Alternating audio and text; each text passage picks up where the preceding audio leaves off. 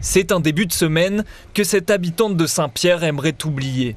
Lundi, son père consulte un médecin pour des symptômes grippaux, fatigue, maux de tête, courbatures. Un cas de leptospirose est suspecté, une maladie potentiellement mortelle si elle n'est pas traitée à temps.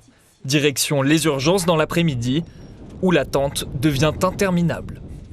Il n'y a personne qui s'occupait de lui. Il était vraiment en douleur, fatigué et puis assis sur un simple fauteuil. Et il se sentait vraiment pas bien, donc très très froid. Ils l'ont fait sortir à minuit avec une ordonnance d'un simple antibiotique et du Doliprane.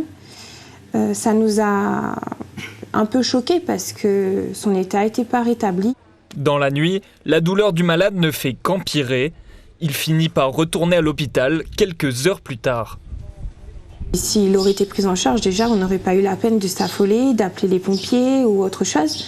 Et ils auraient pu faire autrement. Donc mettre ce simple antibiotique sur place et attendre les résultats et garder sous surveillance. Parce que, au bout du compte, nous, on l'a ramené, mais on a pris beaucoup de risques. Et on aurait pu perdre notre papa assez rapidement, quoi. Désormais sous perfusion au service infectieux, l'état du patient est stable, mais sa fille reste traumatisée par cette expérience. S'il n'y avait pas eu de courrier d'un médecin ou une suspicion ou quoi que ce soit, on s'était dit ils ont pris du temps, certes. Mais là, du coup, il y avait quand même déjà des analyses qui avaient été faites et des choses graves quand même qui ont été mises sur papier avant de descendre. On est très très très en colère et puis on a failli perdre notre papa. Donc on dort toujours pas sereinement et puis c'est une image qui reste en tête régulièrement, quoi. La famille devrait consulter un avocat dans les prochains jours et pourrait porter plainte contre le CHU de Saint-Pierre.